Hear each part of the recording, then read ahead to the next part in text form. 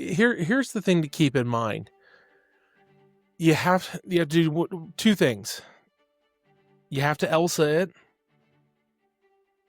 Disney adult here. You have to Elsa it. You got to let it go. And then you have to just try. Because right now, especially in education, Lord knows it was in radio, everybody is afraid in every place, every college right now, every state school, every tech school, every trade school, everybody's afraid of losing their job. Everybody is. I mean, that's just the nature of education right now in 2025. As we're recording that, that's the nature. I was talking with 3 other adjuncts this morning about this. The adjunct fear is starting to kick in because most of my colleges are around midterm. So everyone's looking at January going, am I going to be able to pay my bills? Am I going to get enough classes coming in? And there's that constant fear, and that eliminates people's drive to try. When everyone's afraid of losing their job, they're not trying to innovate. They're not trying to build something different. They're just trying to keep their job. And in a lot of cases, that stifles creativity so much.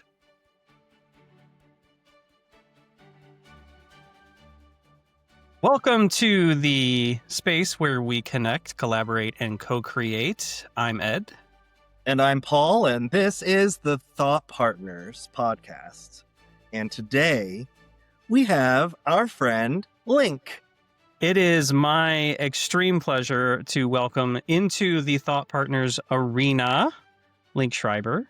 This is our arena where we do battle against the things that are thought enemies? Question mark? Are you not entertained? Link, welcome. You have an illustrious career in multiple different arenas, so to speak. That's quite true. Thank you. You are a poet, a trivia host, quick thinker, a creative, you're a connector. So tell us a little bit about what's going on with you. What kind of poetry slams or trivia nights or teaching are you doing these days? What's creative in your world, Link?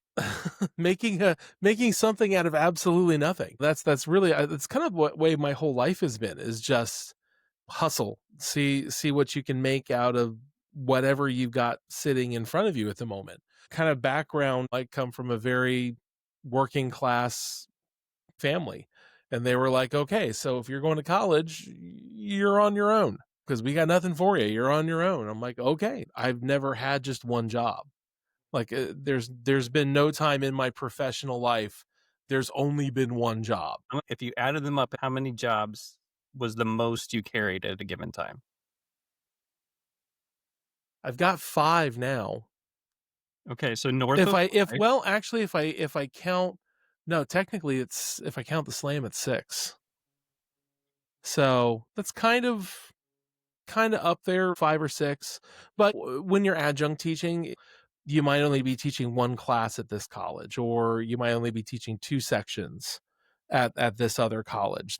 It's not going 40 hours a week at 5 different jobs. Different places. Yeah. Yeah, it's more like 45 to 50 hours a week at 6. So you are a master of variety. Oh, absolutely. I went to college for radio broadcasting, and I went into radio, and I've worked in radio off and on for about 26, 27 years. And in that avenue, I've done voiceovers, I've done audiobooks, I've done radio imaging, I've done sportscasting, which is what I'm most known for in the Miami Valley, is sportscasting. And now I've been working with our local NPR affiliate here in handling their daily poetry segments. So, and then working off that, from 2003, I attended a poetry slam here in Dayton. I kind of fell in love with it. And 6 months later, I was running it. My life is a series of, I'm in the right place at the right time. If I ever write a biography, that will be it. Right place at the right time. The host of the show was moving, and they didn't want to close the show down, so they needed somebody. And I thought, oh, okay, I'll step in till they find somebody else. 22 years later. 22 years. The slam is 26 years, which makes us the longest currently running poetry show in Ohio history. And we're the longest ever, we're the second longest running ever. Once the show hits 32 years, then we'll be the oldest in Ohio, period. I got pigeonholed in radio and couldn't find another avenue, couldn't find anything else. So I thought, well, let me go back to college, go get my master's in something. And my alma mater was more than accommodating, not only welcoming me back, but also giving me a graduate teaching assistantship. Not only did they bring me in, they paid me. And so I've been teaching now. This is my 19th year of being a college teacher, professor, instructor, adjunct. You probably have 15. I love collecting titles. I absolutely love collecting titles. Um, it's been a joy of mine over the years.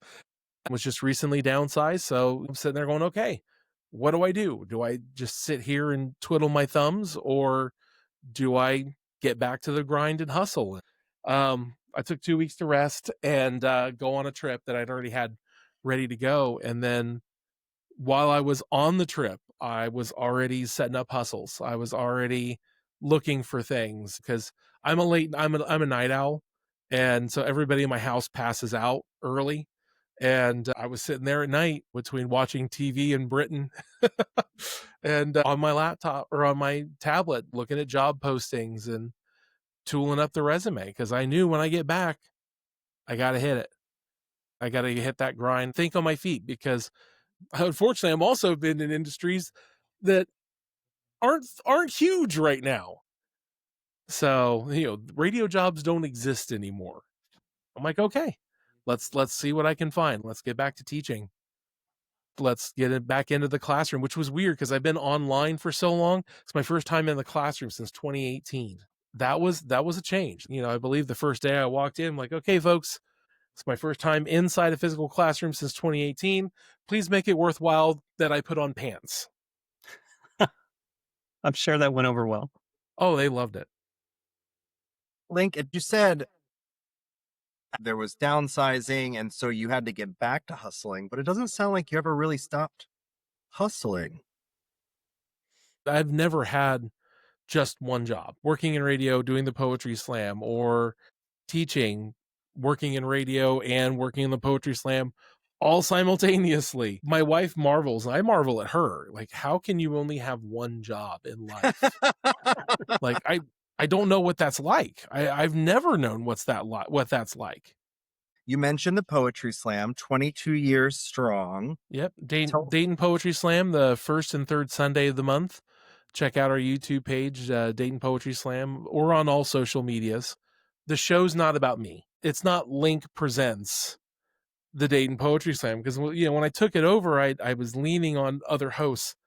What do I do? Like, what things should I avoid? What things should I do? And the very first piece of advice, you got to make up your mind. What's the show about? Is this going to be the Link show, or is it an avenue for everybody else?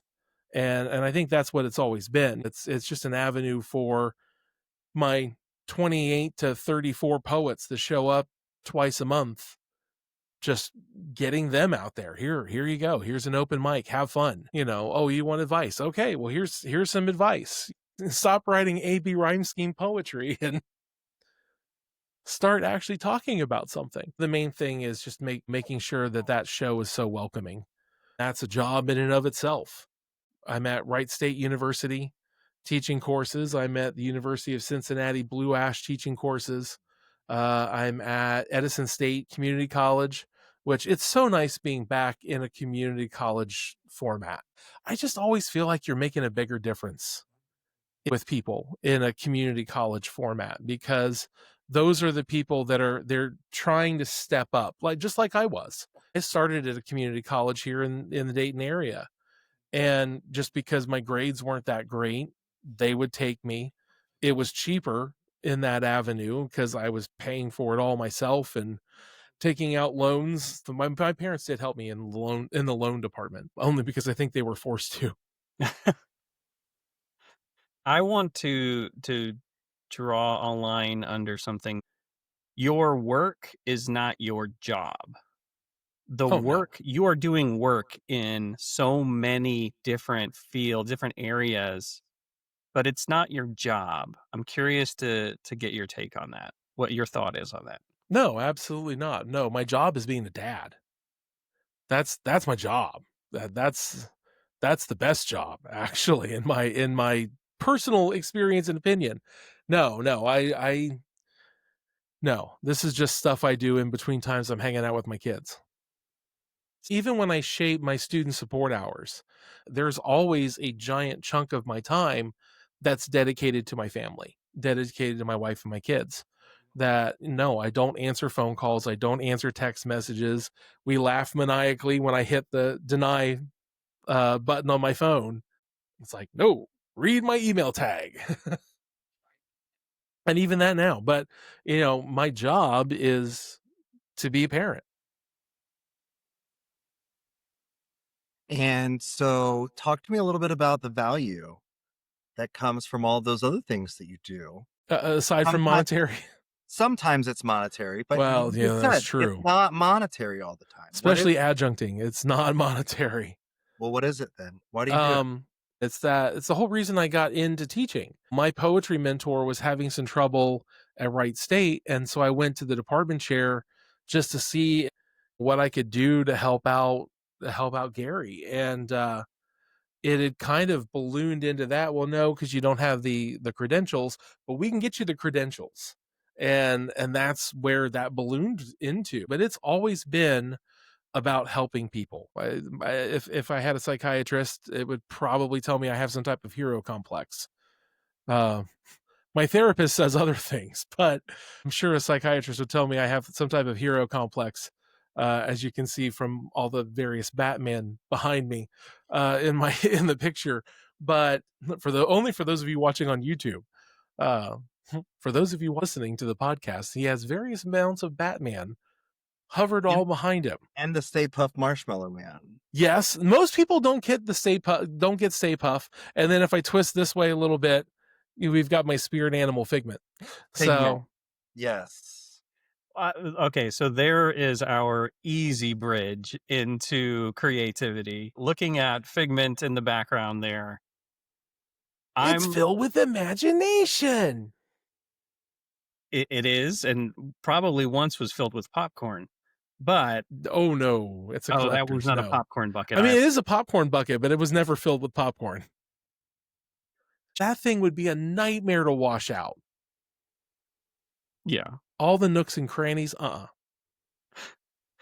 one of the reasons that Paul and I reached out specifically to have you here is we were talking about how creativity can either boost or connect or influence other things, other skills, and other things that are around you.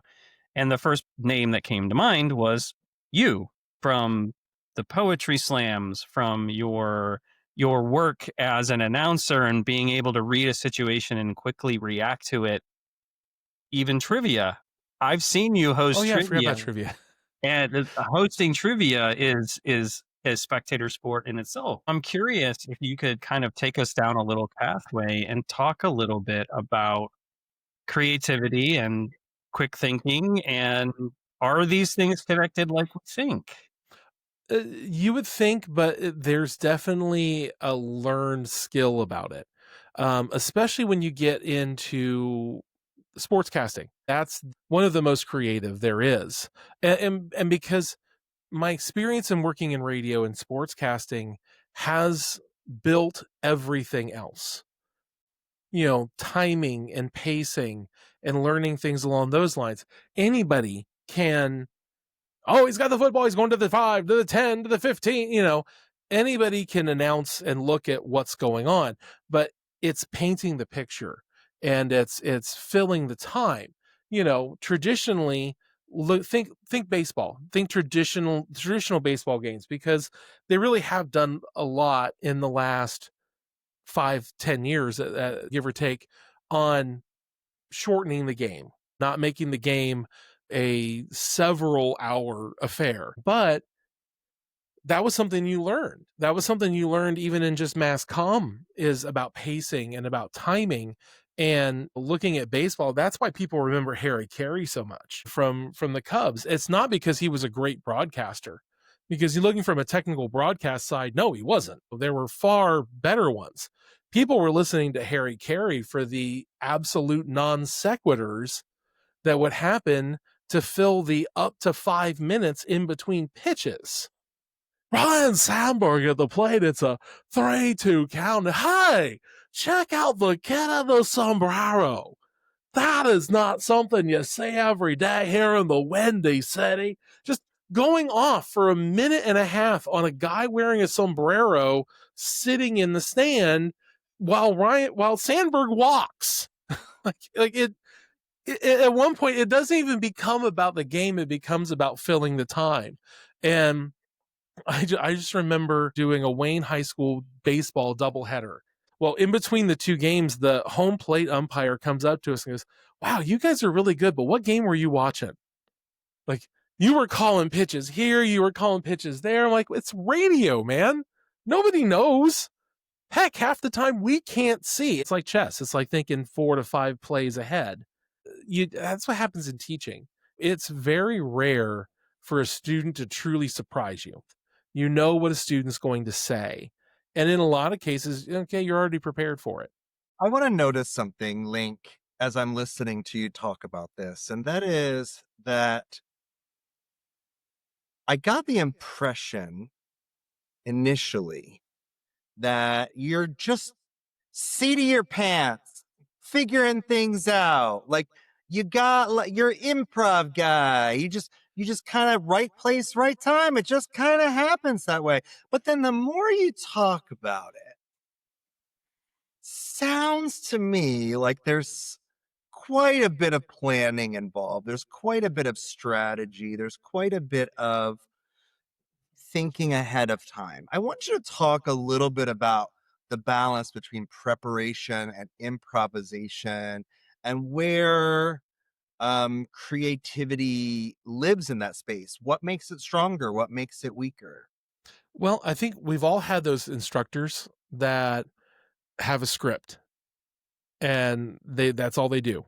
And we've all had those classes. Like, I've taught those classes where that college has insisted that I give point by point teaching notes for every class that I hate those. I know a topic. I that's why I have planned out topics that I'll be talking about, but in an actual lecture, I typically won't figure it out until a couple of days before. If I know what I'm going to do and I have it already programmed out and I got a script sitting there and going, then I'm very boring. Like, I'm very dull. So I hear you have a general direction. You course correct as you get closer to when you need to adjust. And then when you're in the moment is when you are reacting to the room Yeah. rather than falling back on the script. Yeah, absolutely. I mean, you have to read the room, and that's where the poetry stuff comes through. That's where the performer stuff comes out. You got to be able to read a room. If we do large scale competitions, the very first thing I say is, do you want to go to win or do you want to have fun? Because they are two vastly different things. Yeah, if you're winning, you're having fun. But if you Maybe. just want to go to have fun, oh yeah, we'll have a few practices here or there. But if we're going to win, oh no, we're practicing twice a week. You've got writing sessions you're doing. You better have 5 poems off book, ready to go, rehearsed, because we're going to win. But in that, if you're just you can't bind yourself. One of the things I've always done way back when I started teaching, I started not just writing feedback in their papers. I would record it. And it's not just because I was doing my grading sitting at the radio station and I have a microphone sitting right in front of me and a recording suite, so I might as well just record their feedback. No, because it engages 2 different parts of your brain. You're reading the feedback and hearing it. That's why audiobooks are so popular even still. I helped both my kids to read by reading the book while listening to the audiobook at the same time. It's engaging the two different segments of your brain, and that's what's important with that's what reaches a lot of students is doing something different. That's what makes you memorable. I want to hook onto that because I think there's something there.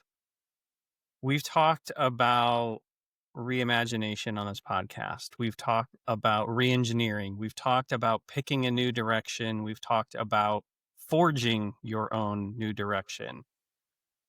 And what I'm hearing and what I'm getting out of you very strongly from this conversation is that that is a skill which you can work at. You can push yourself into, even though if it's not your comfort zone, even though it's not something that you would say I'm adaptive or whatever label.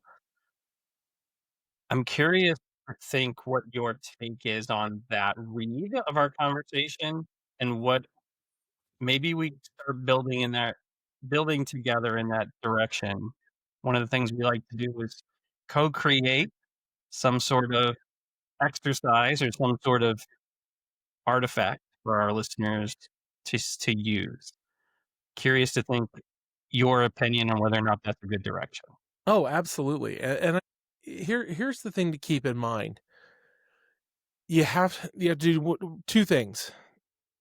You have to Elsa it, Disney adult here. You have to Elsa it. You got to let it go. And then you have to just try. Because right now, especially in education, Lord knows it was in radio. Everybody is afraid in every place, every college right now, every state school, every tech school, every trade school, everybody's afraid of losing their job. Everybody is. I mean, that's just the nature of education right now in 2025 as we're recording that.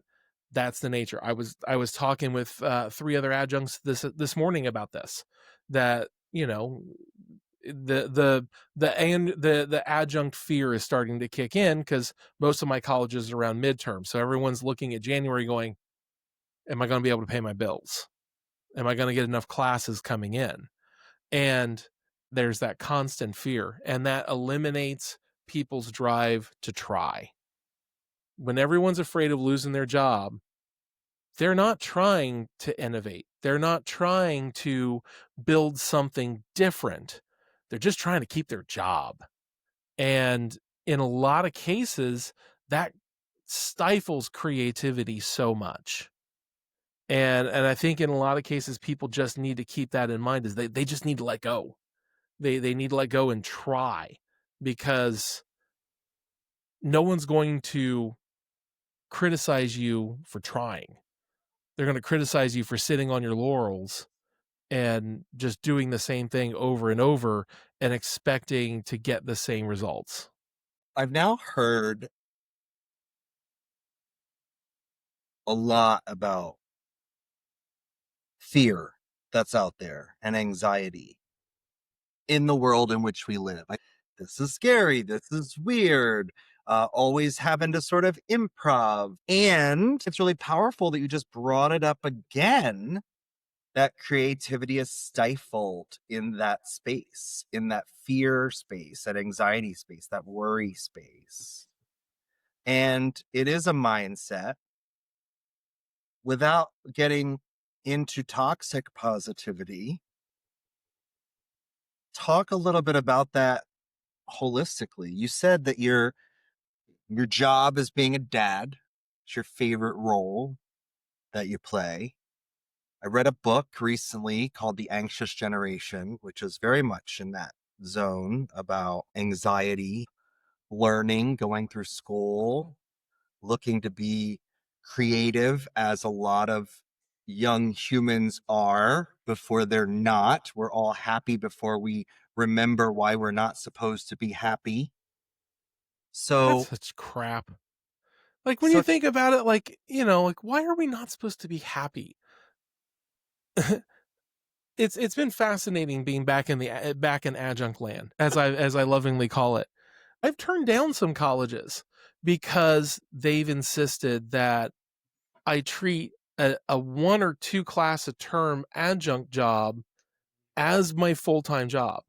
And I see that so many times and hear that from my students in their jobs, your early teen or your late teen life type job, beginner job, just to give you a little disposable income.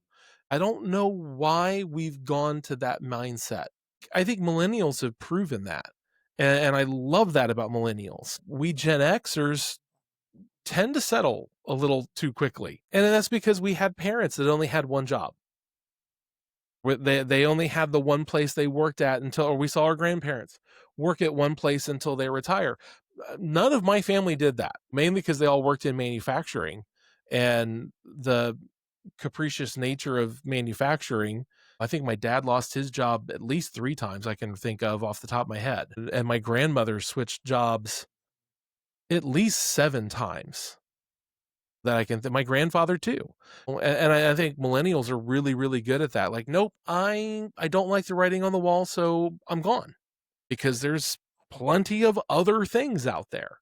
And I think that's kind of filtering down a little bit to those generations that aren't living in PTSD from the world that they grew up in.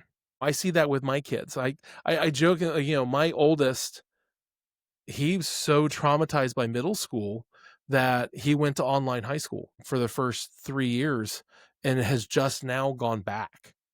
And my youngest, even in that same mindset, wasn't fond of a couple of after school activities and went to us and went, I'm not going back. And here's why I'm not going back. And it's funny because my wife and I were like, no, you committed to this. You need to follow it through. And then now, of course, obviously, if you're jumping job to job to job every year or two, that will follow you because your job working history. But why should we have to settle? I'm curious if it will follow you as much as it used to, though. I Oh, mean, that's a great question. I'm looking around now at the environment, at all the different ways that you interact or can interact, can earn a living. Sometimes it's stringing together 6, 7 different opportunities. Yeah. Times it's working one place until you retire. Very Well, I rarely mean, right now. look at the mentality towards tattoos in our lifetimes. Because the three of us, we're about the same age. So think about that. Like the concept of having a tattoo has radically changed. Oh yeah, You know, part of it was learning how you had to cover it up when you went for your job interview. yep. Oh, absolutely. Yeah, I recall that.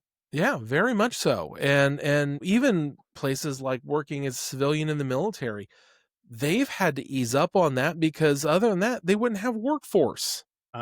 We've talked a little bit about my summer job of umpiring baseball, and I see that when I do some of the older 16, 17, 18-year olds.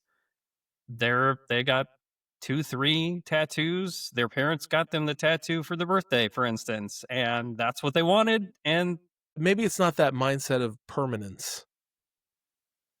yeah. Paul, you look like you have yeah. What was baked into all of that is back to what we're talking about, which is the fear of loss. If you got a tattoo in that other environment, you would lose your job or you would lose your status or you wouldn't belong anymore.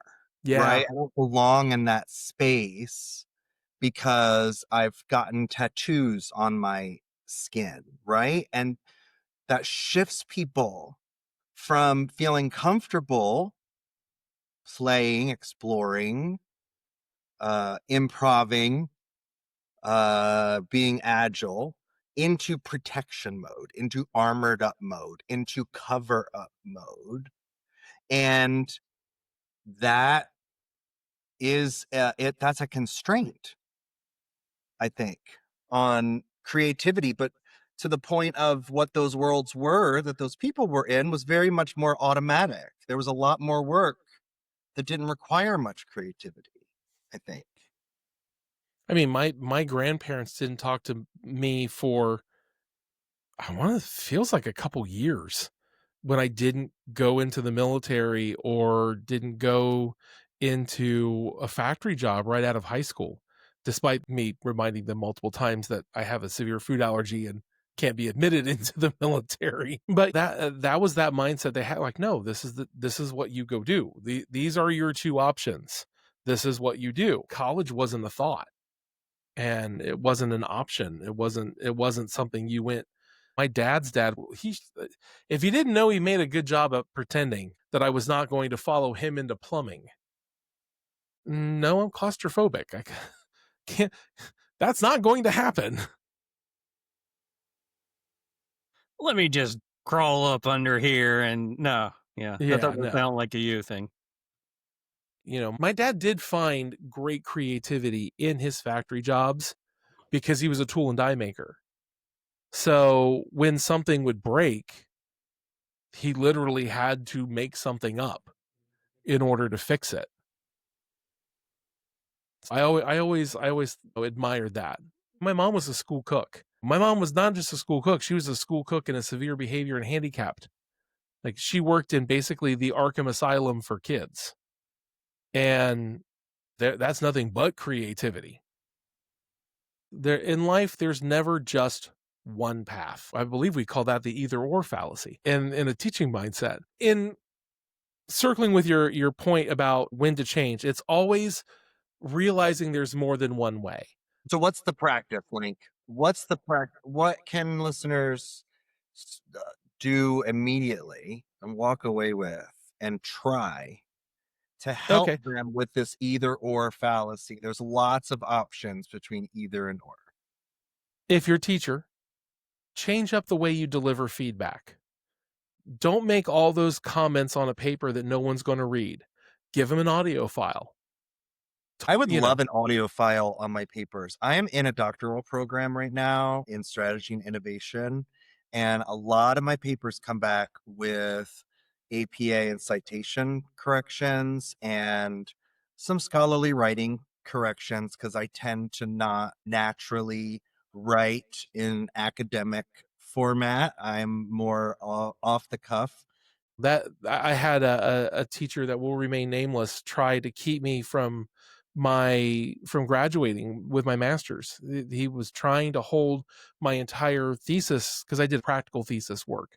I had already been accepted to TESOL to deliver this and to talk about this because I was using poetry shows to help non-native English speakers acclimatize themselves. It wasn't academic enough for that person, and there's no such thing. It's just context, convention, and circumstance. Oh, you want me to write academically so I can jump through your hoop, even though nobody's going to care.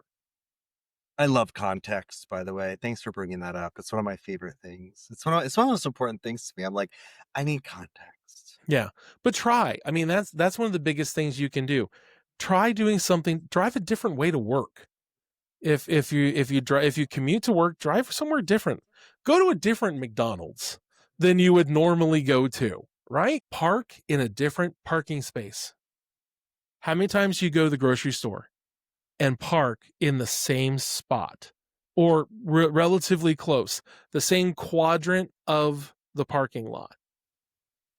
You have no idea how many people do that, and they're doing it unconsciously, like Going to the same gas pump. going to the same gas pump, No, the I'm same sitting gas here station. going, do I do that? I really You do. know, Ed's like, wait a minute, hold on. Do you really do you do. fill up? How often do you fill up your tank? Do you fill up your tank when it's empty? Do you fill up your tank when it's about halfway done? When's the last time you bought new socks? Deep thoughts with. I mean, seriously, just little things you can do to change something. Not all change is life moving.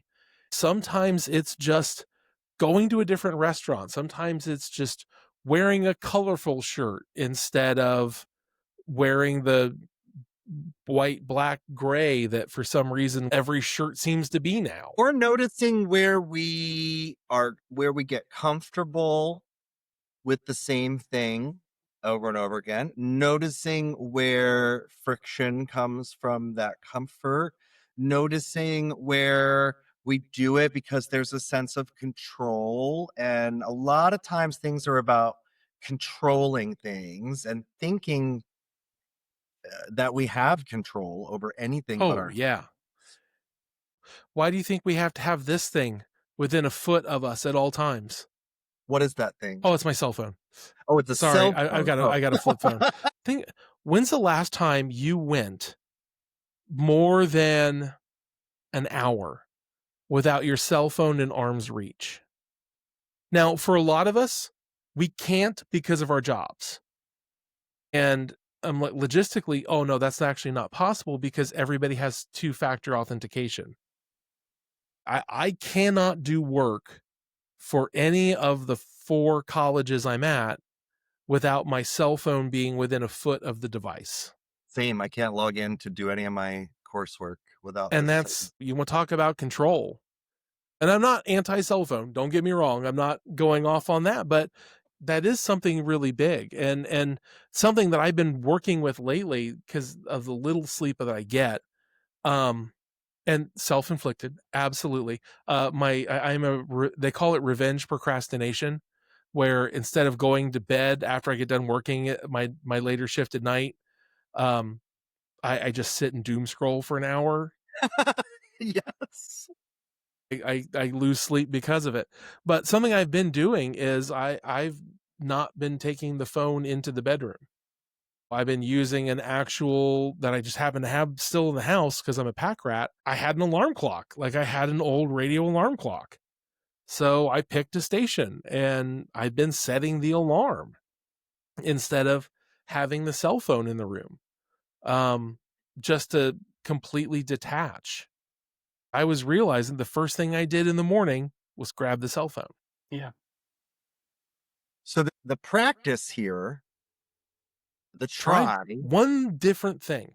but is to notice. The first part is just to notice where we have these automatic like we're performing because that's what we're used to doing, or that's what's comfortable, or that's just the habit that we've built for whatever reason. It's to notice it and choose curiosity over the comfort or the control that the boost that we get from doing that thing. Yeah, I And mean, something try. just simple like going to a different restaurant. We all have those favorites. Now, I will say this, those of you listening at home that have children, this is not possible. It's especially if you have young children or special needs children, it's absolutely not possible to try a different restaurant. Time to though switch it and eat with the other hand. Do you know how many people can't do that? Absolutely cannot. Yeah. They can't. cannot switch and try something with their non-dominant hand. It's actually one of the little mini exercises that I'm going to do. I'm doing a workshop for a company next month to help their staff fear AI a little bit less and start to use it at work a little bit more in a way that's safe and thoughtful. And one of the things that I'm going to do is have them write with their non-dominant hand or do something with their non-dominant hand, just to like stress that point that there So are other ways to do things. talking about generations, talking about things along those lines. I've got a high schooler, I got a middle schooler. Both of them, and then all of their friend group, and I've heard others outside their friend group, they all hate AI. They all can't stand it. And it's not they don't know how to use it. It's not anything along those lines. They just think it's lazy. And I admire that so much. Wisdom beyond years. And some of them are fairly activist.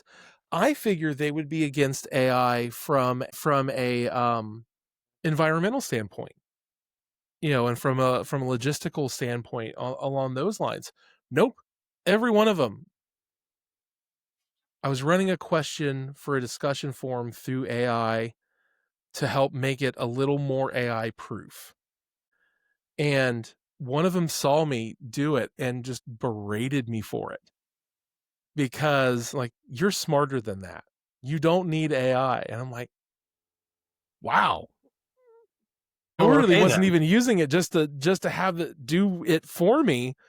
I was just using it to double check myself, but they're absolutely right. And looking at that generational aspect, that makes me feel a little bit better. Little But then hope. a little bit more hope, but Fascinating. That's yeah, fascinating. but And with that, it's time to wrap us up for today. Link, thank you for your time, your energy, your wisdom, your perspective, and it is my pleasure to be able to spend some time in the Thought Partners arena with you. At the end of every episode, we toss it to Paul to close us out. So, Paul, send us home. So good to see you, Link. Great to spend time with you. awesome. Thank you Both of you. for Thank you.